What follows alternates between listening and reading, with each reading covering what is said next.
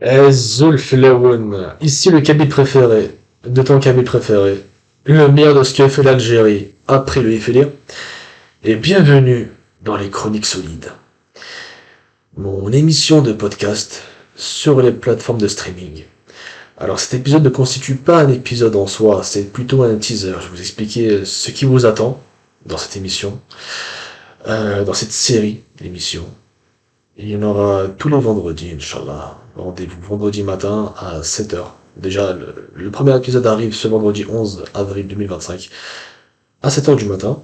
Voilà, je vous ai demandé sur Instagram, n'hésitez pas à me suivre, dz-8 Kabylifornie. Ce qui vous conviendrait le mieux au niveau des horaires, etc. Donc voilà, c'est là-bas où je parle le plus à ma communauté, là où ma communauté est la plus réactive lorsque je veux faire des projets. Et je vous remercie d'ailleurs pour votre réactivité. Donc, quoi de neuf dans ce nouveau projet? J'adore commencer des nouveaux trucs. Alors vous allez retrouver à peu près la même chose que mes vidéos TikTok, Instagram, TikTok, Kabyle Solide, pour ceux qui ne savent pas déjà, mais en format beaucoup plus long, en format podcast, donc pas vidéo, donc vous entendrez uniquement ma voix, ce qui vous permettra de faire autre chose à côté. Et là, je voulais vraiment faire un concept où je me pose et je vous parle, où nous allons discuter ensemble de tout et de rien. Ça dépend ce qui me passe par la tête. Le premier sujet qui arrive ce vendredi concerne les relations hommes-femmes. C'est quelque chose, c'est un sujet dont je philosophe beaucoup en ce moment. Je trouve très intéressant. Je ne prétends pas, bien évidemment, avoir la vérité absolue sur les différents sujets que je vais aborder, mais j'apporte simplement ma vision des choses. En tant que philosophe, je trouve que les médias aujourd'hui sont un excellent moyen de véhiculer sa philosophie. Donc c'est mon moyen à moi. Et avant toute chose, ça me brûle la langue, vraiment. Il faut qu'on parle de ma miniature. N'êtes normalement pas passé à côté, j'ai une miniature pour les comics solides assez particulière. Qu'on s'explique. Parce que je voulais balancer sur Instagram, je dis voilà, qu'est-ce que vous préférez, plutôt ça, voilà. Moi, j'ai dit, je veux quelque chose de simple. Je veux le drapeau Mazir, le drapeau algérien, John Cena et Maratou. Après, je me suis dit, c'est quoi, vas-y, je mets Socrate, je mets Eminem. Alors, je m'explique. Le drapeau Mazir, voilà, inutile de préciser pourquoi. Le drapeau algérien, inutile de préciser pourquoi également. Là, je voulais vraiment faire fusionner les deux drapeaux. Donc, voilà, une fusion très belle et très symbolique du drapeau nazir et du drapeau algérien. De base, je voulais mettre le drapeau algérien à gauche, mais ça, on dirait pas vraiment drapeau algérien, donc j'ai préféré mettre le croissant de lune vers la droite. Ce qui est très très joli, voilà. Un petit détail que je remarquais d'ailleurs à l'instant avec notre ami Socrate. Bon. Alors, John Cena. On va commencer par John Cena. Pourquoi John Cena? John Cena, c'est quelqu'un qui m'a inspiré durant toute ma vie, depuis mon enfance. J'étais fan enfin, je suis toujours fan de John Cena. Je suis fan de catch, particulièrement de la WWE. Je regarde toujours le moment. John Cena tourné heel. C'est une catastrophe, mais j'adore. J'adore son dernier run et voilà. Non, j'adore sa prestation en tant que méchant. John Cena, c'est devenu méchant pour ceux qui ne suivent pas le catch. Et donc, John Cena, c'est quelqu'un qui m'a enseigné de très très belles valeurs. La persévérance, le courage, le fait de ne jamais abandonner, le fait de s'élever au-delà de la haine, rise above hate, loyalty, hustle, respect. Ce sont des très très belles catchphrases et des très très belles valeurs. Et je pense que ça manque. Les idoles aujourd'hui comme ça manque pas mal. C'était une époque où le catch était très mainstream et donc accessible au très très grand public. Donc forcément je me suis pris de John Cena de plein fouet. Je me suis pris de la valeur de John Cena, voilà. Certains ont aimé John Cena parce qu'il c'est un grand, il est musclé, voilà, il est trop fort, champion du monde, machin. Moi, il y avait ça bien sûr, mais il y avait aussi des belles valeurs qui mettaient en avant parce que j'étais un gamin, mais j'avais un certain âge, quoi. Il a rejoint quand John Cena? C'était en 2004. Ouais, John Cena a rejoint en 2004. Euh, et ouais, j'avais un certain âge déjà et il enseignait une très très belle valeur. Alors, c'était plutôt en 2005, je crois, où il a donné son personnage de Super Sina, d'homme invincible, indestructible. Avant, c'était plus le docteur Trigonomix, le rappeur un petit peu qui clash tout le monde. C'est un peu moi d'ailleurs. Oui, c'est après sa victoire de son premier titre contre JBL à WrestleMania 2005. Je me rappelle plus c'est lequel exactement, je crois que c'est WrestleMania 23 ou 24, je me rappelle plus. Mais c'est un détail. Mais John Cena, très très belle, très très belle valeur. Et ça manque aujourd'hui de personnes, d'idoles, comme ça, de héros qui véhiculent des valeurs pareilles. Ça manque franchement cruellement. Cruellement. Naruto, pourquoi Naruto? Parce que j'enseigne direct avec lui, parce que c'est pour exactement les mêmes raisons que John Cena. Naruto, c'est quoi? C'est 2002, c'est mon enfance. Et donc, voilà. Euh, Ne jamais abandonner, parce que voilà, j'étais un petit gamin. Voilà, je ne me gênais pas pour abandonner, pour lâcher, face à la difficulté. Face à la difficulté, quand je trouvais que quelque chose était très difficile, je lâchais l'affaire jusqu'à que je vois que Naruto et John Cena disent non, non, faut pas, tout ça, mais pourquoi faut pas? Parce que c'est un confort, tu vois, quand t'abandonnes. C'est un confort, je fais, laisse-moi tranquille, laisse-moi tranquille. Et ben non, John Cena, Naruto, t'enseigne de ne pas abandonner. Jamais abandonner pour arriver au bout de tes rêves. Si tu veux arriver là où tu es, eh ben, persévère. Casse-toi le dos. John Cena, c'est sur le côté physique, Naruto, c'est sur le côté mental. De très très belles valeurs. Si je suis devenu qui je suis aujourd'hui, c'est grâce à John Cena et Naruto. J'ai eu envie d'abandonner. Bon, mes vidéos TikTok et même ma carrière un petit peu d'influenceur, ça c'est une évidence. Il y a plusieurs fois où j'ai voulu tout arrêter. Même au tout début, même j'ai galéré à me lancer. Même là, les podcasts, j'ai vraiment. Moi, quand je commence un projet, parce que dans ces podcasts, j'ai un petit peu me livrer sur ma vie personnelle. Quand je commence un projet, je tarde. J'ai mon astre, comme il dit, j'ai pas vraiment le mot en français, mais c'était un zaïar. C'était un zaïar grave. Mais vraiment, c'est plus de la flemme, c'est plus profond que de la flemme. C'est mon plus gros défaut. Sincèrement, c'est ce que je dis toujours. Ça, je ne le cache pas. Et j'en suis pas fier. Mais c'est mon plus gros défaut. Voilà. Donc, même dans ma vie, de façon générale, je me suis confronté plusieurs fois face à, j'allais dire un mur, face à des murs. J'ai eu envie de tout arrêter. Et je me suis dit que non, quand je serai père, j'aimerais enseigner à mes enfants la persévérance, comme John Cena et Naruto me l'ont enseigné, pas l'abandon. Je sais que si j'abandonne maintenant, je m'en mordrai les doigts toute ma vie. Et donc, face à ces murs-là, j'ai préféré prendre un détour. Pas forcément escalader le mur, tout ça, et pas non plus faire demi-tour. Non, on va faire un détour, c'est pas grave, c'est pas grave. Si j'escalade le mur, je risque de perdre du temps, je risque de perdre de l'énergie, tout ça. Bon, on va prendre la façon la plus sécure possible. Je détourne. Je détourne le mur. Parce que escalader le mur, ça se trouve, j'y arriverai pas. Ça se trouve, j'y arriverai pas. T'auras beau essayer, tous les forces du monde, peut-être t'arriveras pas. C'est pas grave. J'ai mon objectif qui est derrière ce mur, je vais le contourner. Je contournerai ce mur. J'ai contourné plusieurs murs dans ma vie. Donc, voilà. Voilà où j'en étais. Même c'était même pas des murs, c'était des forêts, ce que j'ai détourné carrément. Et il me reste des choses à détourner, évidemment. C'était pas, c'est ça, sans contexte. Attention, s'il vous plaît. Donc, t'aimes pas cette phrase, ne se pas sans contexte. Pas pitié. Euh, voilà, de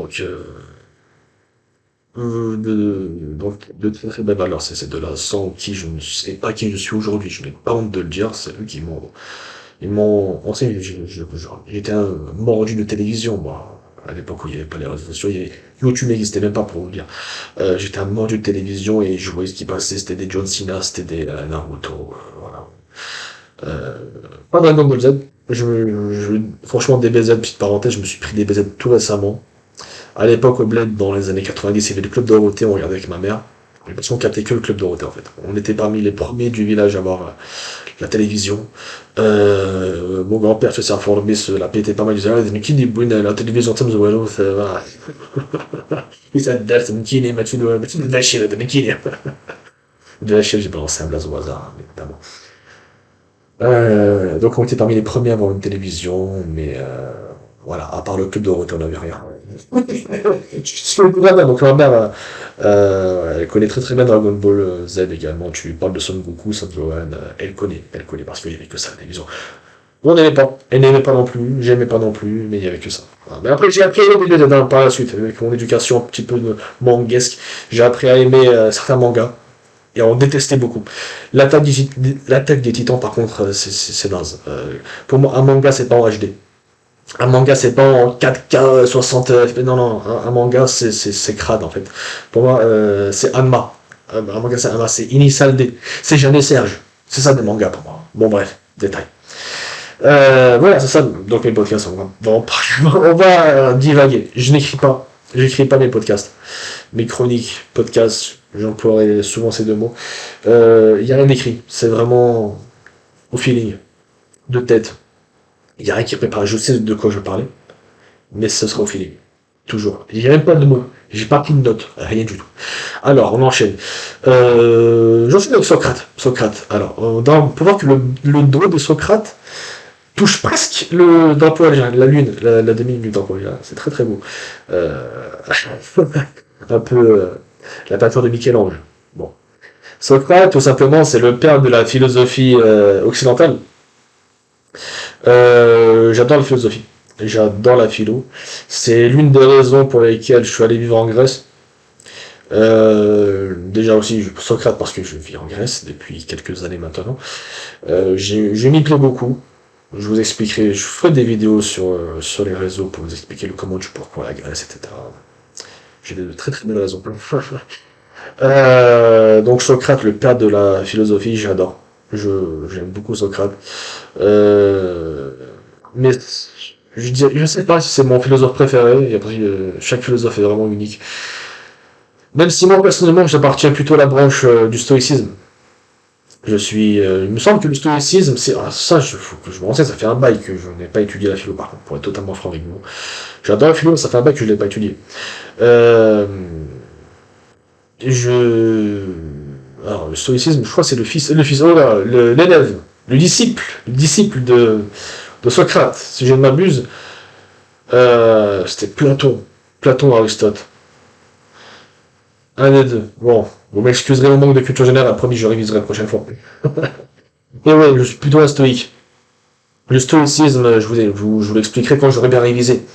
Mais en gros, c'est le contrôle de ses sentiments. Je trouve que c'est très important, surtout pour un homme, de contrôler ses sentiments. C'est-à-dire, c'est pas de ne pas pleurer. T'es un bonhomme, arrête de pleurer. Non, c'est savoir quand pleurer. Savoir quand être énervé. Savoir quand être heureux. C'est contrôler ses émotions. Quand tu sens que tu dois être triste, eh ben sois triste. Quand tu sens que tu dois être heureux, eh ben sois heureux. Ça, c'est un truc avec lequel j'ai encore beaucoup de mal. Et en gros, le fait d'être heureux, le fait d'accepter le fait d'être heureux, j'ai le droit d'être heureux, donc il faut que je profite de ça, c'est un truc, j'ai un petit peu, je travaille sur moi, bien évidemment. Mais en gros, c'est ne pas forcer face à la fatalité. Ça, c'est un truc qui m'a rendu apolitique d'ailleurs. C'est la politique. Qu'est-ce que moi je peux y faire? En quoi mon poids compte? Débattre, machin, de tel parti à la meilleure opinion, je m'en fous. Parce que ça va absolument rien changer. Sur quoi, moi, j'ai une action? Eh ben, j'ai une action sur moi. J'ai une action sur ma vie. J'ai pas d'action sur sur les gens, sur ce qu'ils vivent. Je n'ai pas la main là-dessus. Donc, par conséquent, voilà.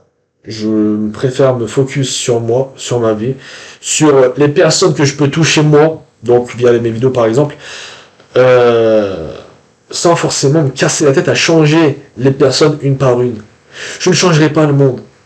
Mais si je peux commencer par ranger ma chambre, ce serait bien. Vous voyez ce que je veux dire? Voilà, c'est quoi le stoïcisme? C'est le fait d'accepter la fatalité. En mode, ça c'est dangereux, j'y vais. Je connais les dangers. Donc, si mort doit s'en suivre, eh ben, je me prépare à l'accepter. Et donc, si la mort vient, face à ce danger-là, je ne serai pas là, non, je veux vivre. Je serai en mode, D'accord, je ne peux rien y faire. J'ai analysé toutes les situations préalables. C'est inévitable. Donc, elle vient, je l'accepte. C'est pas grave. C'est un détail. C'est un exemple. Euh, voilà, ça peut s'appliquer sur plein de sujets divers et variés. C'est le fait de contrôler un petit peu, c'est savoir où tu vas. Il faut que tu saches où tu vas et que tu acceptes d'y aller. Marcher d'un pas sûr dans la vie. En gros, j'ai vraiment résumé en gros le stoïcisme. Ensuite, Eminem, on va laisser Mahatma Gandhi pour la fin. Eminem, pareil, pour les valeurs qu'il transmet. Très très belle valeur. Alors, juste pour faire Socrate, son doigt en l'air, là, on dirait un Algérien. Quel blindé, mec, quand vous n'allez pas dormir ce soir. Donc voilà, la photo est très très appropriée, surtout mon Jack, encore une fois qui touche le croissant de Bible. Enfin, sinon, Eminem, de très très belles valeurs. De très belles valeurs. C'est l'un des rappeurs les plus... C'est ça que j'écoute depuis le plus longtemps. Il y a des phases où je préfère Eminem plus qu'ailleurs. La phase où il crie, c'est-à-dire après le MMLP2, j'ai du mal. La phase où il crie, où il hurle au micro, j'ai du mal. Franchement, j'ai du mal avec cette période-là. Euh, franchement, je me suis pris Eminem, laisse tomber. Eminem, Revival, j'ai bien aimé l'album. C'est vrai que c'était pas le meilleur, mais j'ai bien aimé Revival. La phase Slim Shady, cheveux blonds. La phase Horror avec Relapse, excellent album aussi. Relapse, c'est ça. Nous l'avons fait checker Relapse, mais j'ai beaucoup aimé l'ambiance Horror. Le morceau de l'album était complètement fou. Par contre, c'est vrai que dans Relapse, il y a quelques sons qui sont poubelles. Le feat avec Derek, tout ça, je sais plus comment ça s'appelle d'ailleurs, tellement je suis trop naze, Legend ou je sais plus quoi. Horrible. Je sais pas s'il est horrible ou juste parce qu'il a mal vieilli. Mais que le couple d'Eminem était complètement dingue, le son ensemble horrible. Ça, c'est un petit peu la maladie qu'avaient les albums et même les musiques de cette époque-là. Mais globalement, Eminem, c'est quelqu'un qui a une vie complètement inspirante, qui est parti de rien, qui a failli se sauter la vie à de nombreuses reprises. Il a été Mexicain pauvre. Il était tellement pauvre qu'il s'est fait cambrioler sa maison avec bien sûr sa femme et sa fille en bas âge. Sa fille qui a d'ailleurs accouché il y a un mois, il est devenu grand-père. Mais ouais, il s'est fait cambrioler sa maison environ 4 fois. Et la 5e fois, tellement il n'y avait rien, les cambrioleurs ils se sont fait un sandwich, ils sont partis. Ils sont entrés dans la maison, ils ont trouvé du beurre de cacahuète et du pain de mie sur la table. Ils se sont fait un sandwich, ils ont rien pris, parce qu'il y avait rien à prendre. Tellement il était fauché. Et tout ça, il explique dans ses chansons, hein. C'est très beau. C'est très beau à entendre. C'est très beau de constater là où il était, et là où il est au moment où il chante. Non, c'est quelqu'un de très inspirant, qui m'a inspiré également dans les moments un peu plus compliqués de ma vie. Je dirais pas difficile, parce que j'ai pas vécu non plus au Rwanda pour avoir pour avoir vécu une vie difficile. Mais les moments un peu plus complexes de ma vie, voilà, où j'étais sur le point d'abandonner, où il me fallait, c'est une sorte de motivation. Voilà, on va dire John Cena et Naruto donnent une ligne à suivre, et Eminem, il donne la motivation de la suivre. Parce que c'est exactement la même chose, c'est ne pas abandonner, c'est persévérer. Il est devenu connu, alors pour ceux qui ne connaissent pas la vie d'Eminem, comment est-ce qu'il est devenu connu? C'est grâce à Dieu, plutôt. Je m'explique, il a participé aux Olympiades de rap, une sorte de battle, où il a perdu en finale. Eminem a perdu, il est arrivé deuxième. Et du coup, à la fin, il a distribué son album, c'était le The Slim Shady EP, parce que juste avant, il a sorti son premier album Infinite, qui était une catastrophe. Même en l'écoutant, je dis non, il n'y a rien d'Eminem là-dedans. Eminem n'était pas encore formé musicalement. Voilà. Il n'avait pas sa voix si reconnaissable et tout. Donc, voilà. En plus, tout le monde le reprochait de faire ce qui se faisait. Il était mainstream, quoi. Il était mainstream, mais ça marchait absolument pas. Il était pas original. Donc, la suite de Slim Shady EP, le fait que Infinite a été un four, il a fait se suicider parce que tout le monde a abandonné sa maison de disque, l'a abandonné, son label, tout le monde a abandonné. Il a fait Slim Shady EP, donc avec son personnage, etc. Et justement, c'est suite à cette défaite-là en finale où il a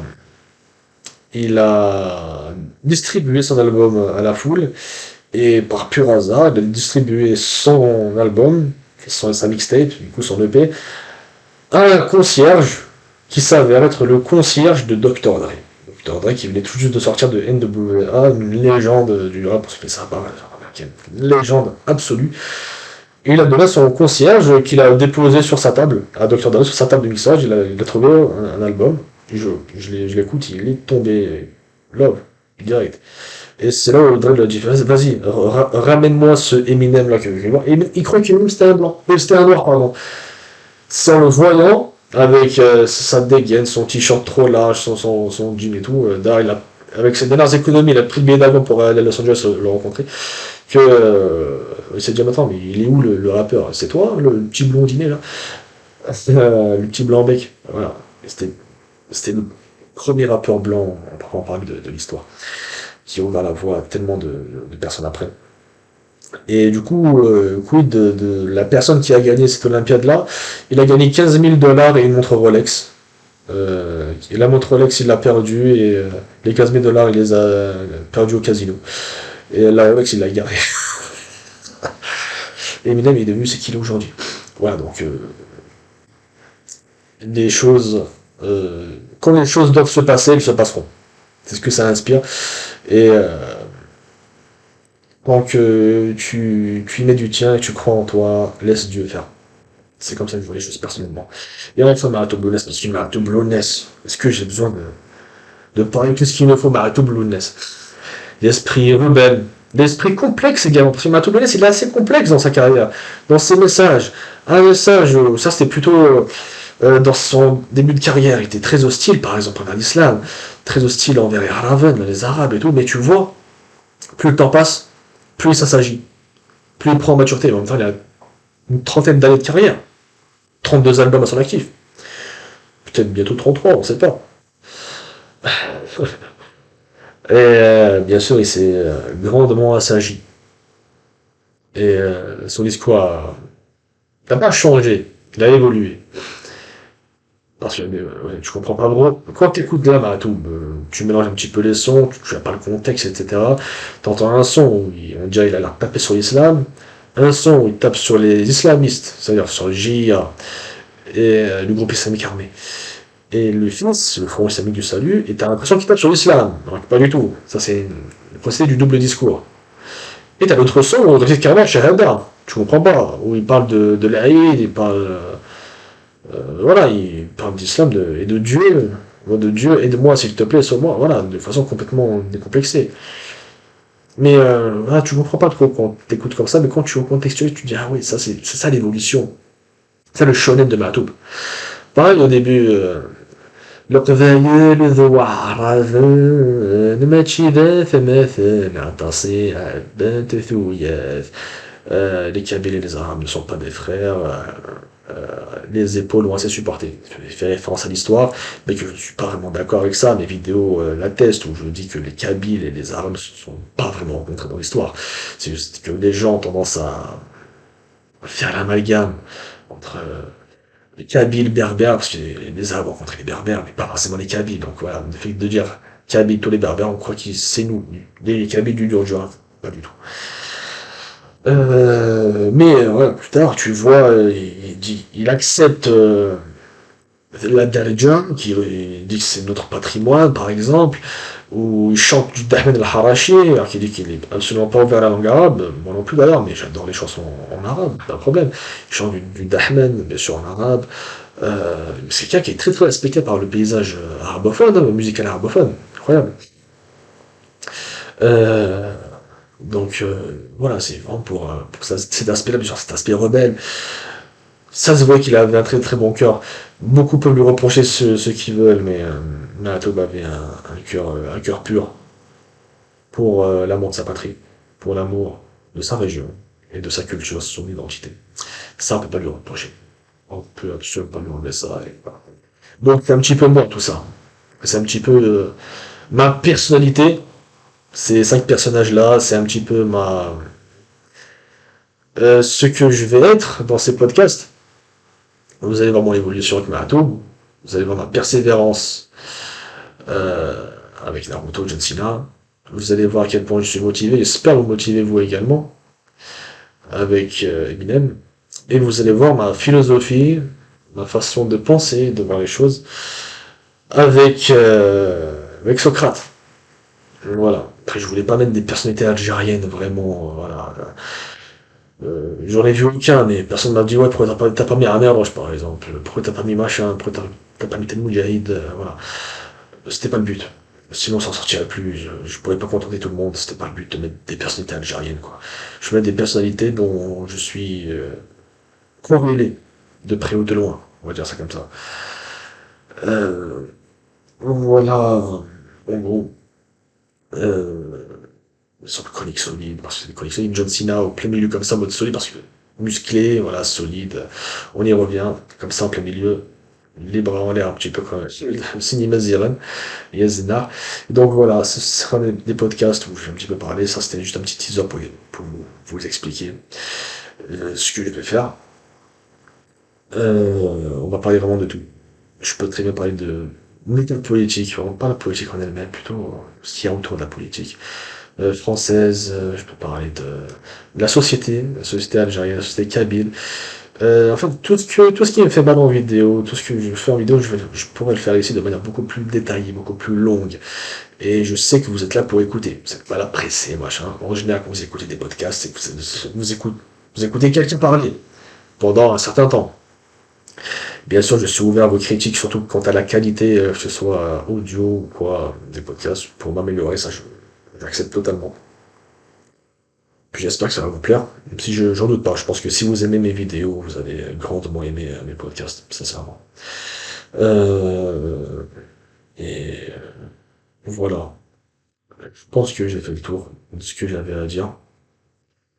Ouais, c'est super. J'ai hâte de commencer avec vous. Bien sûr, je peux parler de politique, je peux parler de culture de façon générale, je peux parler de manga, je peux parler de ce qui s'est passé à la WWE hier soir. Là, c'est ce soir, Euro. Euh, WrestleMania arrive. Voilà. Je suis fan de catch, je n'ai absolument pas envie de le dire. Je suis fan de plein de choses. Et c'est super. Génial.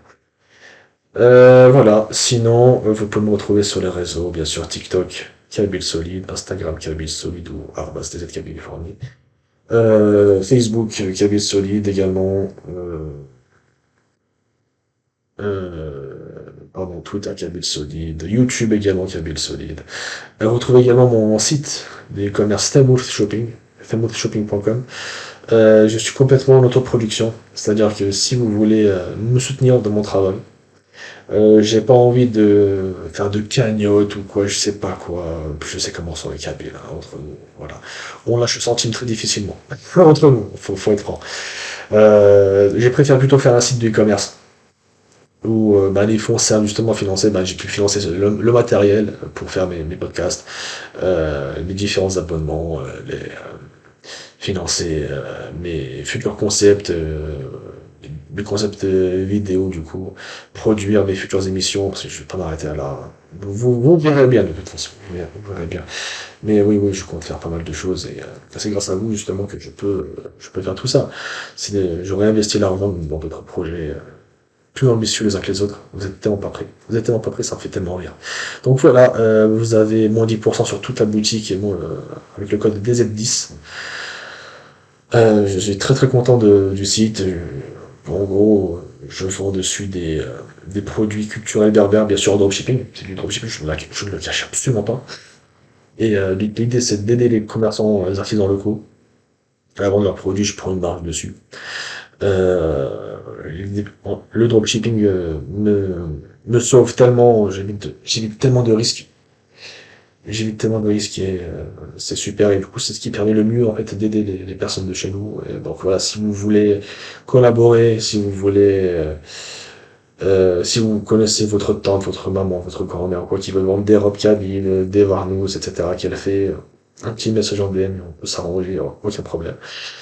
Euh, c'est l'idée de les aider à trouver des clients. Et voilà, donc vous pourrez trouver des t-shirts, des maillots de la JSK également, c'est les nouvelles arrivages, pardon. Des maillots de foot, des t-shirts, des casquettes, des bonnets, des habits casual, des bijoux traditionnels, d'autres fantaisies, des bijoux, voilà, des varnous, des robes kabyles, de chez Della Couture. Je travaille avec elle, elle est excellente. Voilà, je suis très très fier de ce que j'ai fait. Et voilà.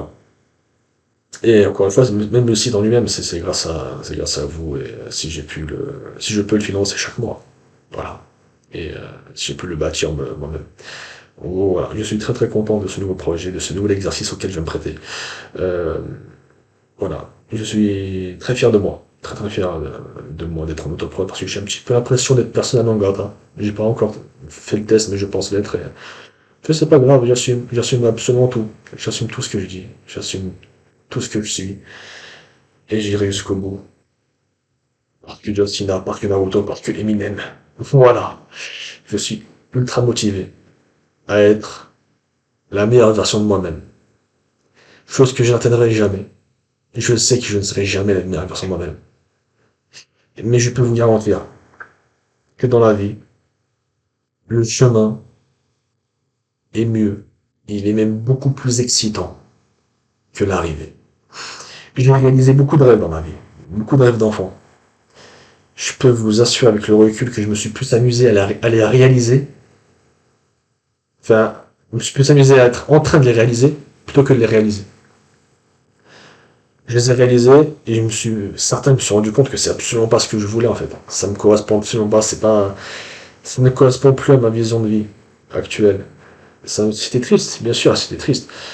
Mais je suis quelqu'un de très têtu, donc si je veux quelque chose, je me donne les moyens.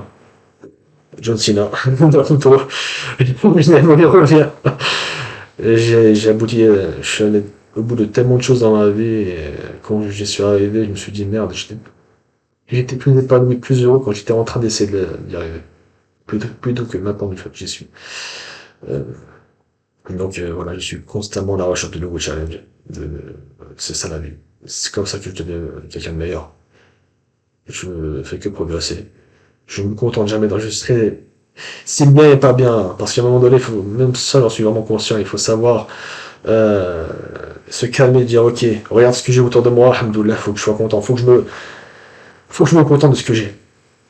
Faut que je me contente vraiment de ce que j'ai, parce que je pense que si j'avais 3 villas aux Maldives, je ne serais toujours pas satisfait. Pour être totalement franc, je ne serais toujours pas satisfait. Déjà une ville aux Maldives, j'ai vu les prix c'est entre 3 et 30 millions d'euros. C'est un petit peu cher. Non, sincèrement, j'ai du mal à être satisfait de moi-même. C'est bien parce que je progresse, mais c'est pas bien parce que j'arrive pas à tirer cette endorphine. Voilà. Mais voilà. Il y a tellement, et je suis content parce que vous allez vous-même voir les répercussions de mon évolution. Vous allez les voir de vous-même. Je préfère pas en dire plus. Je préfère laisser mes actes pour aller à ma place. Merci de m'avoir écouté. J'espère que ça vous motivera à écouter mes futures émissions. Le premier épisode arrive encore une fois ce vendredi 11 avril 2025 à 7h du matin. Sans doute, quand vous écouterez ce teaser, il sera déjà en ligne. Voilà.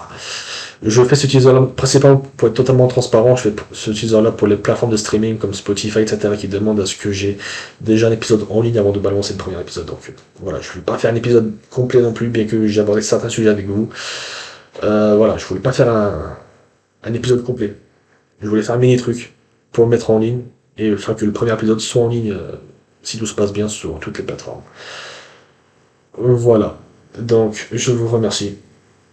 Passez une bonne journée ou bonne soirée. Et à la prochaine pour un nouvel épisode. Salut à tout le monde.